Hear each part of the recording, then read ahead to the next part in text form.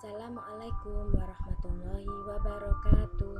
Kali ini Bu Lika akan menjelaskan tentang pembelajaran tematik 6A, Selamatkan Makhluk Hidup. Subtema 1, Tumbuhan Sahabatku. Pembelajaran 1 dari MI Salsabila Camp. Di lingkungan sekitar kita terdapat berbagai macam tumbuhan.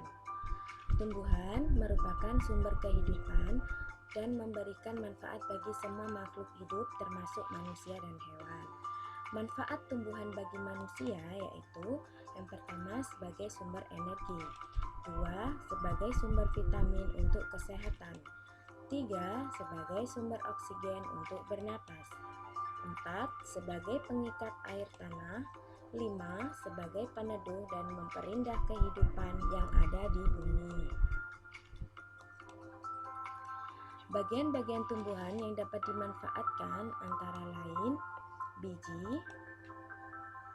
batang, buah, dan daun. Nah, supaya lebih memahami, kalian bisa mengerjakan tugas di buku tema 6A. Ayo mencari tahu. Salah satu tumbuhan yang dimanfaatkan batang, daun, buah, dan bijinya adalah jagung.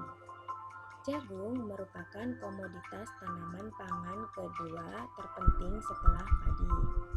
Manfaat jagung bagi manusia dan hewan adalah: yang pertama, batang dan daunnya dimanfaatkan untuk pakan ternak dan pupuk kompos. Yang kedua, bulir atau biji jagung dimanfaatkan untuk membuat minyak, tepung, bahan baku industri, dan farmasi. Yang ketiga, buah jagung dimanfaatkan untuk membuat makanan. Nah, agar lebih memahami, kalian bisa mengerjakan manfaat tanaman jagung di buku tema halaman 7.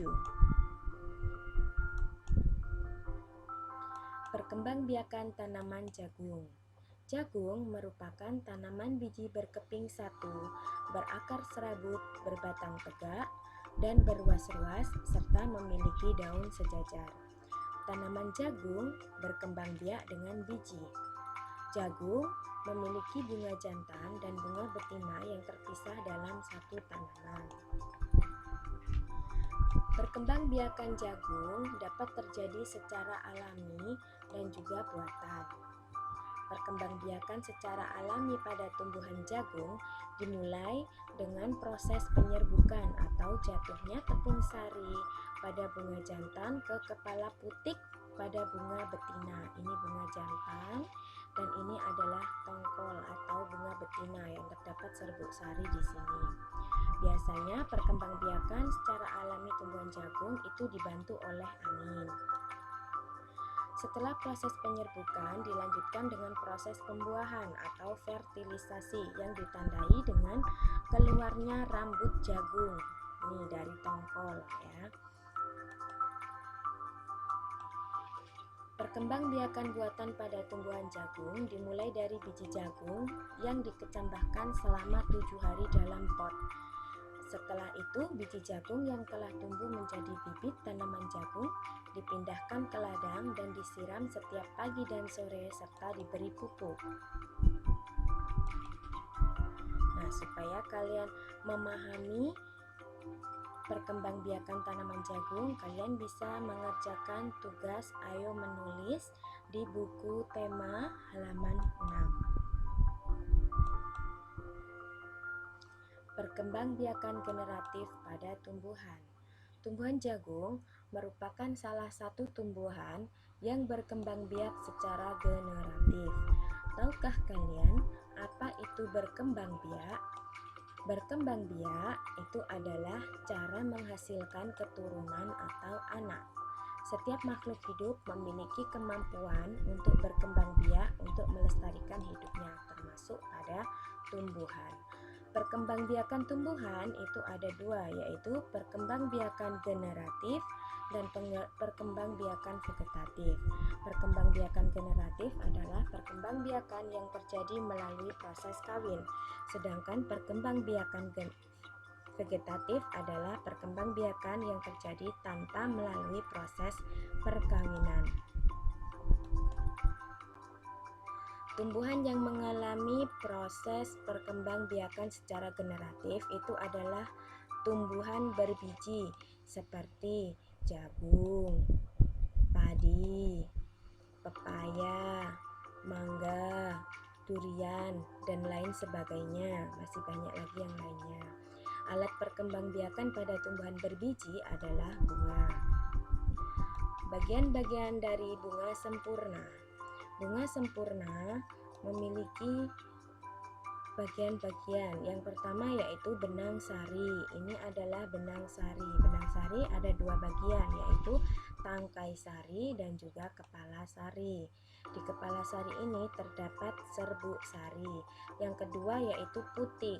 Ini yang namanya putik. Putik adalah alat kelamin betina pada bunga. Kepala putik ada bagian atas ini tempat melekat dan masuknya serbuk sari. Sedangkan tangkai putik adalah penyangga kepala putik agar tetap pada posisi yang mudah menerima serbuk sari. Bagian bunga selanjutnya yaitu mahkota. Mahkota bunga adalah perhiasan bunga dan pemikat bagi serangga agar hinggap dan membantu proses penyerbukan. Mahkota bunga ini biasanya berwarna-warni. Ada yang merah, putih, kuning, dan lain sebagainya. Selanjutnya yaitu bakal biji. Bakal biji adalah tempat terbentuknya biji.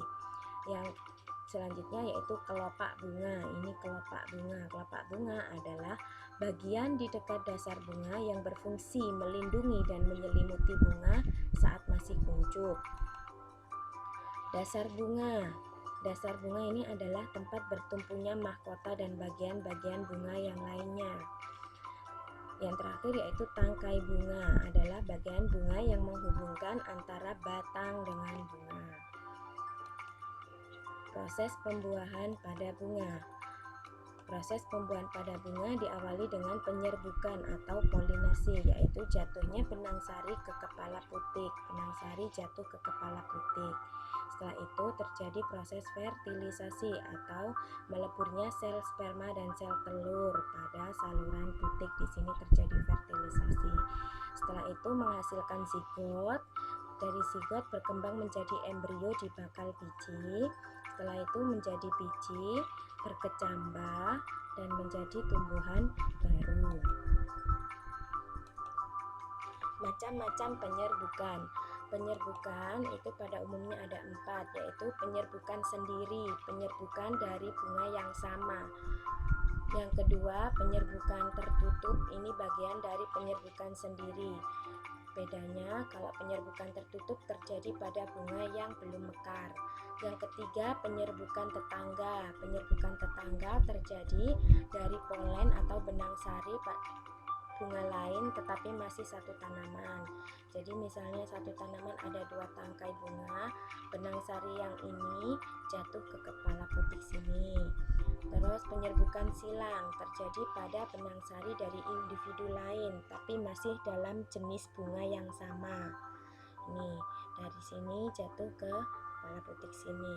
Yang kelima yaitu penyerbukan bastar. Penyerbukan bastar ini benang sari berasal dari bunga spesies yang berbeda, artinya bunganya itu berbeda, terjadi dari bunga yang berbeda. Yang selanjutnya yaitu penyerbukan berdasarkan perantaranya, dibedakan menjadi 4. Yang pertama, penyerbukan oleh angin. Jadi penyerbukan oleh angin ini dibantu oleh angin. Biasanya mahkota bunganya itu kecil, tidak memiliki mahkota, terus warna bunga tidak menarik, tangkai bunganya panjang. Yang kedua, penyerbukan oleh hewan. Kalau penyerbukan dibantu dengan hewan, ini biasanya mahkota bunga berwarna menarik dan memiliki kelenjar madu. Yang ketiga, penyerbukan oleh air. Ini biasanya terjadi pada bunga yang hidup di air. Yang terakhir yaitu penyerbukan dengan bantuan manusia. Nah, supaya lebih memahami, kalian bisa mengerjakan soal yang ada di buku tema halaman 10. Sekian penjelasan dari Bu Lika. Assalamualaikum warahmatullahi wabarakatuh.